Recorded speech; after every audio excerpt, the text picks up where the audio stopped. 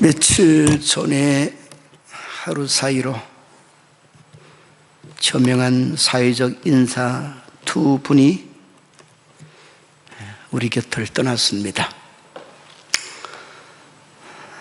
각기 죽음의 종류는 다른 것이었지만은 이 세상 누구를 막론하고 어떤 형태의 죽음이든 간에 세상을 떠난 모든 사람에게는 그 뒤에 살아있는 사람들로부터 그분은 어떤 인생을 살았다, 그분은 어떤 인생을 살았다, 이렇게 평가가 따라오기 마련이죠. 그래서 지금도 그분들에 대해서 이런저런 평가의 이야기들이 있습니다. 이런 광경을 보면서 저는 나름대로 우리가 다른 사람의 한 생애를 이렇다 저렇다 평가하기 전에 나는 오늘 어떤 인생을 살고 있는가, 이것을 먼저 살펴보는 일이 정말 중요한 일이 아니겠는가, 그런 생각을 해봅니다. 여러분, 우리는 이 세상 사람들 앞에만 나중에 평가를 받을 자들만이 아니고 한 걸음 더 나아가서 인생의 모든 생사 화복의 주권을 지시고 주관하시는 하나님 앞에 서는 날, 하나님께서 너는 이런 인생을 살았구나, 저런 인생을 살았구나 하는 판단을 받을 자들입니다. 그렇기 때문에 무엇보다도 오늘 지금을 살아가는 나의 인생은 과연 하나님 보시기에나 사람들 보기에나 어떤 인생을 살고 있는가, 자꾸 자주로 점검하면서 잘못된 궤도는 수정을 해야겠고 좋은 면은 잃어버리지 않기 위해서 더 가다듬어 가야 되지 않겠는가, 그런 생각을 우리가 해야 되겠지요. 오늘 우리가 함께 본 성경 본문은 흔히 예수님께서 그의 제자된 자들에게 주신 가장 비중이 큰 명령이라는 뜻에서 예수 그리스도의 대위임령, 영어로 말하면 The Great Commission이라고 표현하는 부분의 말씀이에요. 성경 그대로를 다시 한번 표현하면은, 그러므로 너희는 가서 또 모든 민족으로 나의 제자로 삼아 아버지와 아들과 성령의 이름으로 세례를 주고 내가 너희에게 분부한 모든 것을 가르쳐 지키게 하라 하는 이 대명령이죠. 이 말씀은 한마디로 딱 추격하면은 너희는 나의 제자된 자로서의 삶을 진실하게 살아라. 너희를 통해서 전도를 받아 나를 믿게 되는 사람들에게도 그들의 인생을 가르칠 때 우리 모두는 예수 그리스도의 진실한 제자로 살아야 합니다. 이것을 가르치라, 그러는 명령이다, 이럴 수 있습니다. 여기에서 앞에서 던진 질문에 대한 대답이 나오지요. 우리는 하나님 앞에서나 후대의 사람들 앞에서 어떤 평가를 받는 인생을 살아야 되느냐? 저는 참 진실한 예수님의 제자로 산 사람이다, 그렇게 인정을 받아야 되는 것이 우리 그리스도인들의 마땅한 받아야 될 평가, 그 이상의 아름다운 인생이 없다, 그럴 수 있는 평가가 아닌가, 이 생각할 수가 있죠. 그렇다면 사랑하는 성도 여러분, 우리는 오늘을 어떤 자세를 가지고 살아갈 때 단순히 예수님을 구주로 믿는다 하는 사람으로 삶이 아니라 정말 예수님의 진실한 제자로 살아가는 것인가, 이걸 잘 알고 가다듬어야 되겠지요. 오늘은 예수님의 진실한 제자로 삽시다, 이런 제목으로 오늘 본문을 위주로 한 성경 이곳저곳이 가르쳐주는 교훈을 따라 예수님의 진실한 제자로 산다는 말은 세 가지의 의미, 즉 자세를 가르쳐주는 것이다 하는 사실을 우리 살펴보고자 합니다. 첫째로, 늘 주님을 주목하여 그에게 배우는 자세를 가지고 사는 자세를 가르쳐 제자로 살아가는 삶이다. 주님의 제자로 살아가는 삶이다. 이렇게 말하고 있다, 그 말씀이에요. 여러분, 제자라는 단어는 그냥 굳이 어느 특수한 개념에서 말하지 않고 만국통상으로 어느 나라, 어느 민족, 어떤 문자, 글자를 쓰든 간에 이 제자는 가장 우선되면서도 보편적인 의미가 무엇이냐? 쉬운 말이지요. 그 선생이 되는 자를 주목하면서 가르치는 말을 귀 기울여서 잘 배우는 제자, 선생님의 좋은 제자, 참 제자, 신실한 자가 제자가 되는 줄 믿습니다. 그러므로 오늘 성경이 가르치는 예수님의 진실한 제자가 된다 하는 말은 우리 예수님을 내 인생의 최고의 스승으로 생각하면서 그를 주목하고, 왜? 어떻게 나를 가르치는가를 바라봐야 되니까. 그리고 무엇을 가르치는가를 귀를 기울이는 귀에 주목, 눈으로 바라보고 귀로 귀를 기울이는 예수님의 가르침을 잘 받는 자세, 그것을 가진 사람을 두고 말해서 진실한 주님의 제자가 되는 사람, 제자의 삶을 사는 것이다, 그렇게 말할 수가 있어요.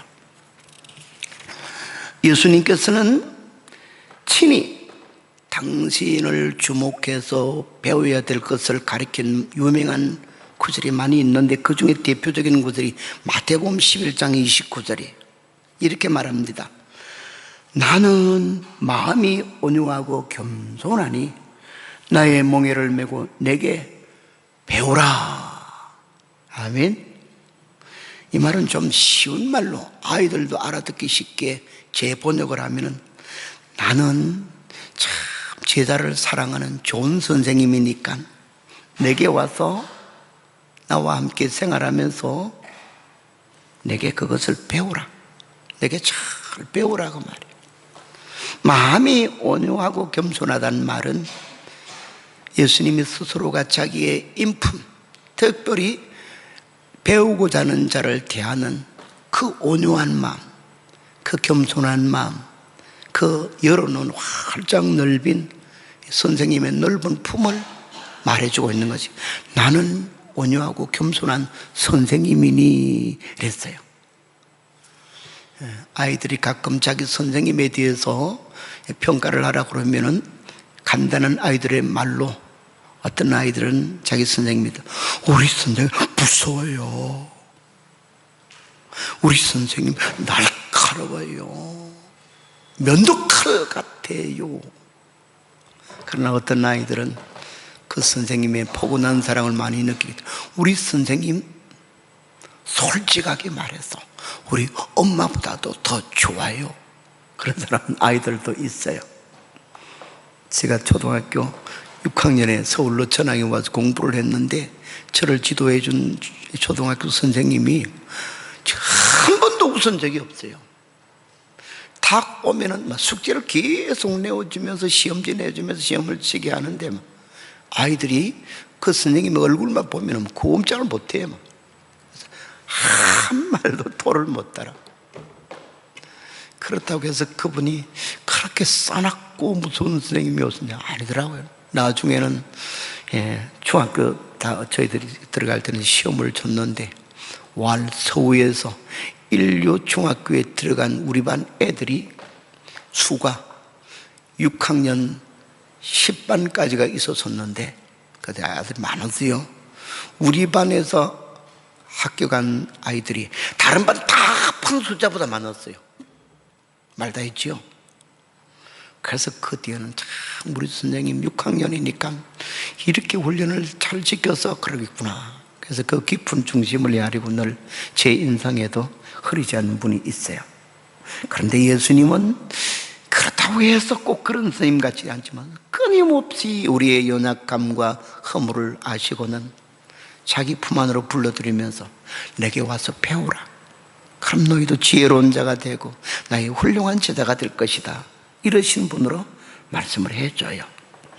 사랑하는 성도 여러분, 예수님을 잘 주목하고 예수님의 가르침의 음성에 귀를 기울이는 자세가 되면은 남녀노소 빈부귀천 누구든지 예수님의 진실한 좋은 제자가 되는 줄 믿으시길 바랍니다. 그래서 우리는 주님의 좋은 제자가 되는 첫 번째 자세인 배우는 자세에서는 항상 우리의 눈은 겸손히 주를 주목해서 다른 데 한눈 팔지 아니하고 겸손하게 우리의 마음의 귀를 기울여 주님이 가르치는 교훈의 한 말씀도 헛듣지 아니하고 들을 말을 쉽게 쏟지 않고 귀 기울여 잘 받는 자세를 가지고 살아갈 때는 주님은 우리를 보시고 너는 나의 진실한 제자니라 그렇게 말씀해 준 줄 믿습니다. 오늘 본문에서도 그 교훈을 뒷받침하는 말이 예수님은 당신에게 배운 제자들을 통해서 제자 삼는 사역을 가르칠 때 내가 너에게 분부한 것을 가르쳐서 지키게 하라 이렇게 말했어요. 그래서 너를 통해서 믿게 되고 너희를 통해 내 제자로 양육될 사람은 가르침을 잘 받는 사람, 가르침을 잘 행하는 사람, 이런 자들이 될 때 내 좋은 제자로 너희가 수고해서 키우는 것이 된다 그렇게 인정을 해 주시는 거예요. 두 번째는 주님의 인격적 형상을 닮아가는 자세를 가지고 사는 것을 가리켜서 주님의 진실한 제자로 산다 이렇게 표현할 수 있어요. 즉 제자란 말의 두 번째 의미는 단순히 스승이 전달해 주는 지식 정보의 제공 그것을 잘 받는 자를 가리켜 제자라고 그러냐? 아니죠. 옛날부터도 이 스승이 그 제자를 잘 길러주는 것에 대해서 제자들이 얼마나 중요하게 여겼는지 또 하나의 이 세상에는 부모가 있다. 그 부모가 누구예요? 선생님이라는 거예요. 그래서 가정에 돌아간 부모는 낳아주시고 길러주신 부모님이고 서당이나 학교에 가서 만나는 부모는 선생님이 부모였단 말. 그 말은 선생님을 부모같이 존중히 여기며 존경하면서 나도 어떻게 하면 우리 선생님의 인품, 인격을 닮아갈까 이런 자세를 가지는 것이 그 스승의 좋은 제자가 되는 것이다 그 말이죠. 우리가 보편적인 의미로 잘 알고 있는 이야기가 되는 것이에요. 그러므로 예수님의 좋은 제자가 되는 건 마찬가지로 우리 예수님을 존중히 여기는 우리의 자세에다가 그 예수님의 존경스러운 인격, 인품을 우리도 닮아가려고 노력하는 자세가 일 때 예수님의 좋은 제자가 된다는 말인 줄 믿으시길 바랍니다. 여러분, 이 세상에서도 훌륭한 인품, 인격을 가진 선생님이 있을 때는 나도 어떻게 저 선생님같이 될고 부러워하며 배우려고 참 좋은 제자들은 노력을 많이 하잖아요. 그러나 우리 예수님과 세상에 존경받는 선생님과는 비교가 안 되는 거예요. 왜? 아무리 이 세상에 좋은 선생님일지라도 사람이잖아요. 그래서 그 인격에는 어느 한쪽에 기울어짐이 있고 흠이 다 있기 마련해. 그러나 아주 지성적으로는 잘 가져줬는데 때로는 정서가 싸늘한 사람도 있고요. 정서는 풍성한데요, 의지가 약한 자도 있고요. 사람이라서 사람의 인품, 인격을 이루는 지정의, 지성적 요소, 감성적 요소, 의지적 요소, 이 세 가지가 완벽하게 조화를 이루는 그런 인격자 참 힘들어요. 저도 교인들을 가르치고 지도하는 목회자로 있지만 가끔은 제 자신을 기도하며 돌아보면은 여러 가지 인격적 하자가 너무 많은 것이 많아서 부끄러워서 몸둘 바를 몰랄 때가 많아. 좀 더 일찍이 예수님 바로 알아서 체험해서 예수님 모습을 잘 본받지 못했을까, 담지를 못했을까, 그런 후회스러운 생각도 해볼 때가 있어요. 우리 예수님은 인격적으로 어떤 분이냐면 흠과 티가 전혀 없는 분이에요. 왜 그럴까? 이유는 간단해요. 비록 우리 예수님은 사람 몸으로 오시고 사람의 인격도 가지고 오셨지만은 그 이전에 신 인격을 가지고 계신다 이 말. 그래서 이 사실을 고린도후서 4장 4절에는 이렇게 말을 4장 4절 하에서는 그리스도는 하나님의 형상이니라. 그래서 이 형상이라는 말은 인격을 말하는 거예요. 그리스도는 하나님의 인격이니라. 요한복음 1장에서도 예수님을 두고 말씀하기를 아버지의 영광을 가지고 오신 분이라 그러는데 그 의미에서도 아버지의 신인격, 성부 하나님과 인격이 동일하신 분인 것을 가르쳐요. 그가 말씀이 육신이 되어 우리 가운데 구하심에 우리가 그 영광을 보니 아버지의 독생자의 영광이요 은혜와 진리가 충만하더라. 예수님의 인격을 이루는 은혜적 요소와 진리적 요소가 가득하더라. 누구와 똑같이? 하늘에 계신 성부 하나님과 똑같이. 이 말은 완전 무결하다는 사실을 선포를 해주고 있는 것이 돼요. 그래서 우리가 예수님의 인격을 본받는 것은 조금도 하자가 없어. 그래서 이 세상에는 소크라테스 같은 유명한 지성적인 철학자도 있고요, 괴테와 같은 정서가 풍성한 참 아름다운 이 정서의 요소를 가진 자가 있지만은 우리가 본받을 자는 소크라테스도 아니고 괴테도 아니고 우리 주 예수님의 인격을 본받아야 될 줄 믿으시길 바랍니다. 왜? 하나님이 우리를 예수님 안에서 구원하신 목적이 거기에 있고 만세 전에 우리를 계획하시고 예정하시고 때가 되면 불러주신 목적도 거기에 있기 때문에 로마서 8장 29절 유명한 구절이죠. 하나님이 미리 아신 자들로 또한 그 아들의 형상을 본받게 하기 위하여 미리 정하셨다. 그리고 우리를 그 안에서 불러 구원하셨다고 말씀하는 줄 믿으시기를 바랍니다. 하나님이 예수님 안에서 우리를 구원하는 궁극적인 목적이 뭐냐? 천국 가는 거. 그건 부수적인 일이. 핵심이 뭐냐? 그 아들 예수 그리스도의 형상을 본받게 하기를. 본받으니까 그가 그런 사람이 앞으로 거할 곳이 없냐? 영원한 천국은 자동적인 결과, 따라오는 부수적인 목적이 이루어지는 것이라 그럴 수 있습니다. 이렇게 우리를 구원하시는 목적도 예수 그리스도를 닮게 하기 위함이라 이 말을 했어요.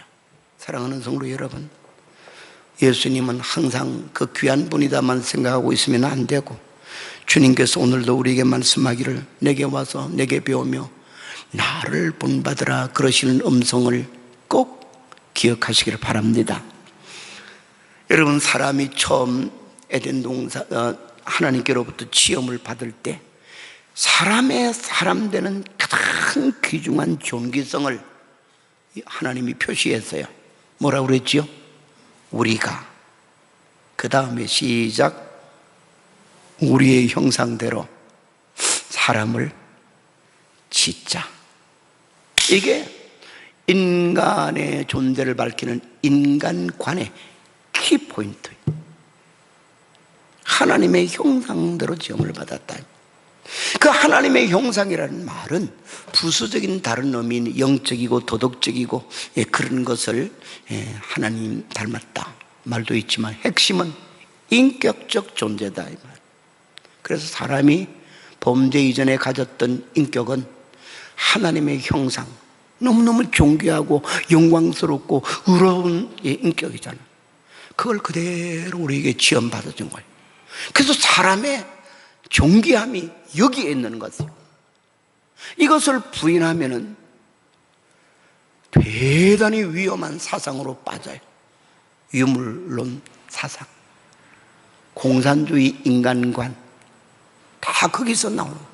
사람을 신형상이라는 말은 쏙 빼버리고 사회적 동물이다, 많은 동물 가운데 하나다, 이게 개나 고양이나 들짐승 하나의 종류로 취급해버리고, 얼마나 무서운 일인지. 최고의 존엄성이 인간의 귀한 것은, 존엄한 가치는 하나님의 형상인데, 그래서 하나님이 지은 만물 속에서 사람만큼 귀한 존재가 있을 수가 없는 것.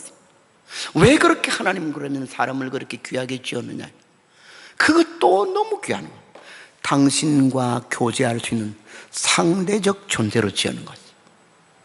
아니, 우리가 철학적 표현으로 하나님의 존재를 표현하면 절대적 존재, 그 절대적 존재에 대해서 하나님께서 가까이 하고 대화를 해주고 상대를 해주는 존재를 뭐라면 상대적 존재라고 그래서, 하나님께서 당신과 교제를 나누기 위해서는 사람을 짓는데 그냥 개나 짐승처럼 해가지고는 하나님께서 교제할 수 있는 대상이 못 되는 거예요.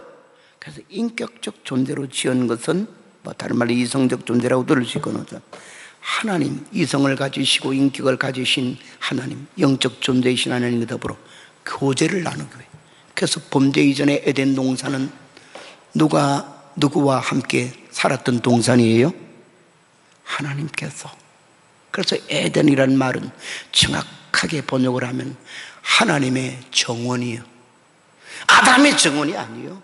하와의 정원이 아니에요. 사과밭, 복숭아밭 정원이 아니에요.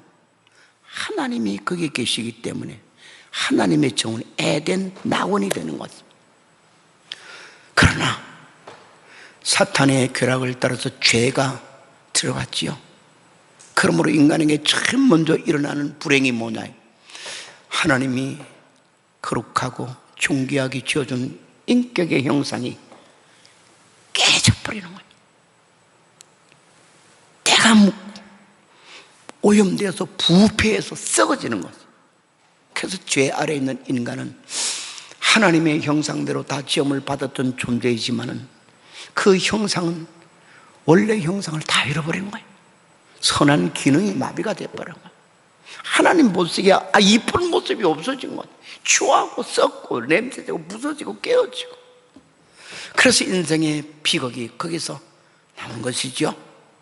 그러나 사랑이 많으신 하나님은 결코 자기의 형상을 따라 지은 인생이 그렇게 끝나버리고 유에서 무로 사라져버리게 하기를 원하시느냐? 아니, 창조의 깊은 면에서는 다 그 과정에 불과한 것이죠. 나타난 것은 우리 주 예수 그리스도를 통해서 잃어버린 하나님의 형상을 회복시키는 과정의 역사가 구원의 역사인 것을 믿으시기를 바랍니다. 그래서 예수님께로 돌아올 때는 우리 속에는 다시 잃어버린 하나님의 형성이 복구되고요, 복구되는 것으로 끝나는 것이 아니라 다시는 범죄 불가성의 온전하고 거룩한 인격으로 다시 거듭나서 새롭게 빚어지는 것이에요. 그래서 아까 말한 것처럼 예수님께서 로마서 8장에는 이런 형상을 본받게 하기 위해 우리를 그리스도 안에서 예정하시고 불러주시고 구원하시고 하셨다는 거예요. 고린도후서 3장 18절을 가면 더 구체적으로 어떻게 우리가 주님의 형상을 본받으며 하나님의 형상을 다시 회복하느냐? 우리가 다 수건을 벗은 얼굴로 거울을 보는 것 같이 주의 영광을 보며 그와 같은 형상으로 변화하여 영광에서 영광에 이르니 곧 주의 영으로 말미암음이니라. 하나님의 성령의 은혜를 우리 주를 믿고 바라보는 중에서 입게 만들어줘서 우리에게 주의 형상이 구석구석 되살아나게, 더 아름답게 새롭게 빚어지게 하는 거지.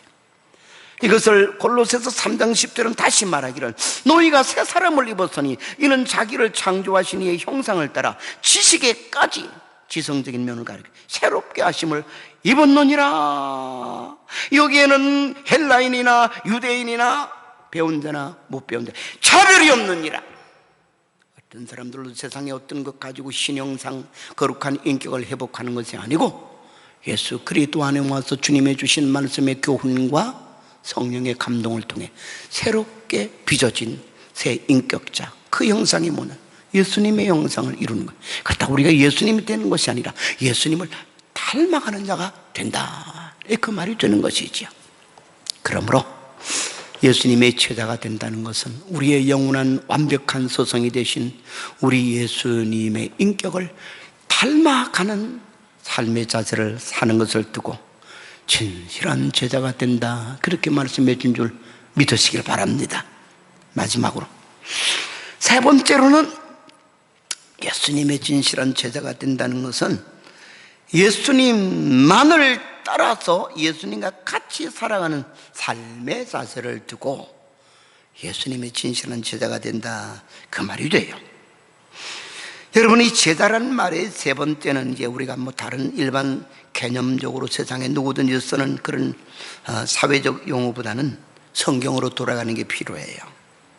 이 성경에 돌아가면은 제자라는 말은 구약 성경인 헬라어에서는 자주 안 나오는데 아주 희귀하게 한두 번 나와요. 그게 쓰이는 제자라는 말은 탈미드라고 나와요. 그런데 신약 성경에 들어오면은 갑자기 구약에서는 안 쓰던 제자라는 용어가 막 엄청나게 나오는 거예요. 특별히 예수님의 생애 사역을 말해주는 사복음서에서는 제자로 시작해서 제자로 끝나는 이야기가 제자라는 용어예요. 갑자기 많이 나와요. 그래서 신약에 사용된 제자라는 말은 헬라어로 마데테스라고 이야기를 해요. 이 두 말은 다 어려운 말이니까 그냥 참고만 하면 되는 거고, 뜻이 뭐냐, 따르는 자라는 뜻이에요. 따르는 자, 영어로 말하면 follow가 되는 거지. 따르는 자다. 아주 쉽게 이야기를 하면 구약 성경에서는 누구의 제자 그러면 누가 탁 생각이 나요? 엘리야의 제자 엘리사. 선생님이 야, 하나님이 이제 얼마 있으면 나를 데리고 가실 건데 너는 여기에 머물러라, 여리고에 머무르라, 어디 머무르라 이러면서 그가 가는 것마다 이 엘리사가 자꾸 따라오니까 머무르라 그래. 왜 자꾸 따라오니? 하나님이 나를 너 앞에 데리고 갈 건데. 선생님, 당신이 가지신 갑절의 영감을 내로 잊게 하지 않으면 당신을 톡 닮은 내가 되게 해달라, 그 말이죠. 스승보다 위대한 자가 되게 해달라는 그 말보다는 끝까지 따릅니다. 어디 엘리야가 그에게 능력을 주시겠어요? 갑절의 영감을 주시겠네요? 하나님이 주시죠. 그런 엘리사에게 하나님께서 엘리야가 가졌던 영감을 그대로 주셔서 엘리야가 살던 시대 못지않게 엘리사가 사역을 감당한 시대는 더 악했어요. 그러나 능력 있게 그 사역을 대쪽같이 감당하는 자가 돼요. 그래서 구약에서 어느 선생님의 훌륭한 제자, 다른 제자가 많았어요. 선지자 학교까지 여러 군데 길갈 여러 군데 세워놨고 있었기 때문에. 그러나 다른 제자들은 별 볼 일이 없어. 왜? 선생님이 따라가는데 따라가야 되는 것이 제자지. 지 따로 있으면 뭘 배우고 언제 배우고 어떤 모습을 배우고 어떤 일을 배울 수 있느냐. 엘리사가 가까이 따르니까 계통을 잇는, 대를 잇는 유일한 제자격이 누구냐? 엘리사의.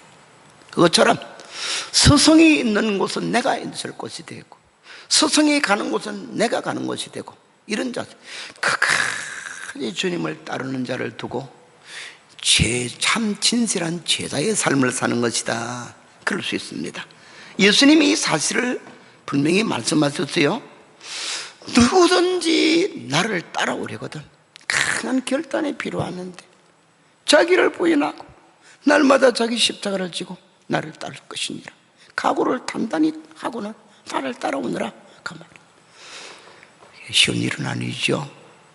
주님이 인도하는 대로 가는 길은 때로는 좁은 길이요, 때로는 험한 길이요, 때로는 고독한 길이요, 때로는 세상으로부터는 많은 핍박이 있을 수 있는 길이 돼요.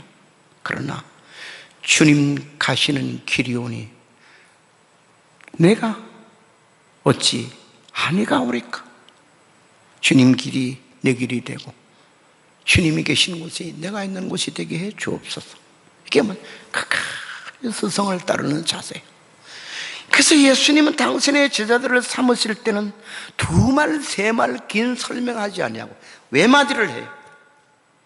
베드로와 안드레 형제를 가장 먼저 갈릴리 호수에서 고기잡이를 끝내고 그물을 깃고 있는 그들을 향해서 말했어요.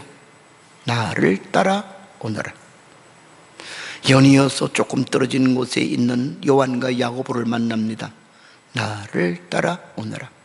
세간에 앉아서 세무서 일을 보고 있는 그 마태를 향해 말하기를 나를 따라오너라. 한결같아. 나를 따라오너라. 그것은 바닷가에 있다가 산으로 오라는 말도 아니고 집에 있다가 어디로 자기 따라오라는 말이 아니고 장소적 이동을 가리키는 것이 아니라 그 속에는 주님이 그들 앞에 보이신 행동을 본받아 따르라는 말이고, 이 주님의 일생을 가지고 말하면 한 일생 걸어가신 생애를 주님이 보여주면서 나의 생애를 따라오너라, 예수님 발자취를 따라오너라, 그 말이 돼요. 요한복음 13장 35절에는 구체적으로 예수님이 어떤 상황에서 행동하는 데 있어서 우리가 가져야 될 기본 행동 기준, 이것을 이렇게 말해요. 너희가 서로 사랑하면 이로써 모든 사람이 너희가 내 제자인 줄 알리라. 주님이 어떤 행동에서 결정을 하는 데 있어서는 선택 결정, 항상 그 중심이 뭐냐면 의와 사랑이에요. 불의를 택하지 않고 의를 택하고 어떤 조건 속에서 희생적인 사랑의 편을 택해요. 정욕과 자기의 이기주의를 내세우는 것이 아니라, 그래서 너희가 서로 사랑하며 서로의 허물되는 것을 용서해주고 용납해주고 연양하는 것을 붙들어주고 그렇게 하는 희생정신을 가지고 섬길 때는 너희는 내 행동을 따라오는 자들이 된다는. 요한복음 15장 28절에서는 포도나무 비유의 결론적인 말씀이 너희가 열매를 많이 맺으면 내 아버지께서 영광을 받을 것이고, 그리고 너희가 내 제자가 되리라 그랬어요.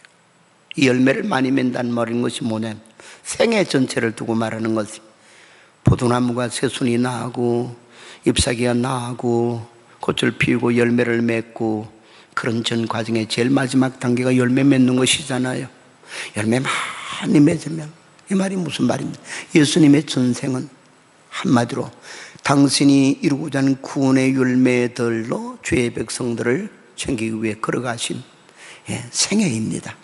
그러면 목적적 인생이라 그럴 수 있는데, 우리에게도 그 생을 보이면서 너는 허무한 일에 종살이하지 말고 열매 맺는 인생이 되어서 주님 앞에 서는 날에 부끄러운 빈방울이 인생 되지 말라는 것이 돼요. 그러면 예수님을 따라가는 길은 앞에서 말한 것처럼 외로움도 있고요, 아픔도 있고요, 불이익도 당하고 그래요. 그러나 주님께서는 말씀합니다. 누가복음 9장 23절에 누구든지 나를 따라오려거든 자기를 부인하고 날마다 자기 십자가를 지고 나를 따를 것이니라 했어요. 여기에 뭐가 필요한 것을 가리킵니까? 신앙의 굳은 결심이 필요해요. 이 결심을 가지고 그 다음에 주님을 따르는 데는 훈련이 필요해요. 작은 것에 순종하고 결심해서 일을 이루면 그 다음 단계에서는 그보다도 2배, 3배, 어쩌면 10배도 더 큰 일을 감당해 나가고요. 그러면 그 훈련을 통해서 큰 일도 감당해 나갈 수 있고 그렇습니다. 그래서 바울 사도는 젊어서 목회자가 된 디모데에게 말하기를 경건을 훈련하라 이렇게 말을 해요. 제자 되는 길에 훈련을 통해서 성숙해 가기 때문에 그렇습니다. 특별히 마태복음 10장 3절에 보면 예수님은 이 시대를 살아가는 우리에게 경종을 울려주는 말씀을 합니다. 그게 뭐냐? 인간의 야근 생각과 또 행동 거치를 가지고 행하고자 하면은 나를 따르는 것이 못되고 사람 앞에서 인간 편을 먼저 택하는 것이 되니까 하나님 앞에서 나를 모른다고 부인하는 격이 된다. 누구든지 사람 앞에서 나를 시인하면 내가 하나님 앞과 천사들 앞에 그를 시인할 것이요, 사람 앞에서 나를 모른다면 나도 그를 모른다고 할 것이니라. 이게 충격적인 교훈도 우리에게 주었습니다. 사랑하는 성도 여러분, 우리는 모두 어떤 상황이 되고 어떤 일들이 우리 앞에 올지라도 주님 편을 택하고 선택의 행동에서 주님 걸어가신 그 길은 내가 가야 될 길이라는 생각을 가지고 끝까지 따라가는 굳은 결심과 뜨거운 훈련을 통해서 그런 일꾼들이 될 수 있기를 바랍니다. 주일학교에서 불렀던 찬송인데 요사인 애들이 아마 이거 모를 거예요. 그 주일학교 아이들이 저렇게 불렀던 옛날 그 찬송에 이런 게 있어요. 주의 발자취를 다름이 어찌 기쁜 일이 아닌가. 하늘 맑고 밝은 빛이 비치네. 발자취를 따라가세 활발스럽게 발자취를 따라가세 노래하며 기쁘게. 주님 따라가는 길은 슬픔과 고난만이 있는 것이 아니라 주님이 우리 곁에서 같이 가는 길이 되기 때문에 기쁘게 노래하며 갈 수 있는 줄 믿으시길 바랍니다. 오늘 본문의 결론은 이렇게 끝을 맺습니다. 28절 끝에 볼지어다 내가 세상 끝날까지 너희와 항상 함께 있으리라. 지금 이 말씀을 인용하는 사람들 가운데 신앙생활은 쥐 마음대로 해요. 옛날 붕사들이 이런 사람들의 신앙을 가리켜 개떡같이 안 해 그랬어요. 제 맘대로 해나간다. 그러면서도 이 구절이 좋으니까 내가 너희와 항상 함께 있으리라. 언제까지? 세상 끝날까지. 그래서 아전 인수 이용을 하는데 주님은 그런 자들에게 싸구려로 주는 약속이 세상 끝날까지 너희와 항상 함께 있으리라 이 말일까요? 아니요. 앞에 있는 말씀의 결론이요. 진실한 주님의 제자되어 제자된 자의 삶을 살고자 하는 자에게 천금을 주고 만금을 주고도 바꿀 수가 없는 귀한 약속을 주셨는데 내가 세상 끝날까지 너희와 항상 함께 있으리라 말씀하셨어요. 그런 약속에 우리 모두가 뜨거운 대상, 확실한 대상이 되도록 주님의 제자된 자의 삶을 살아갈 수 있는 우리 모두가 되도록 노력할 수 있기를 바랍니다. 하나님 감사합니다. 참 어수선하고 시험되는 일들이 많이 생기는 세상입니다. 우리 주님이 하늘에서 보실 때 얼마나 마음이 아프실런지요.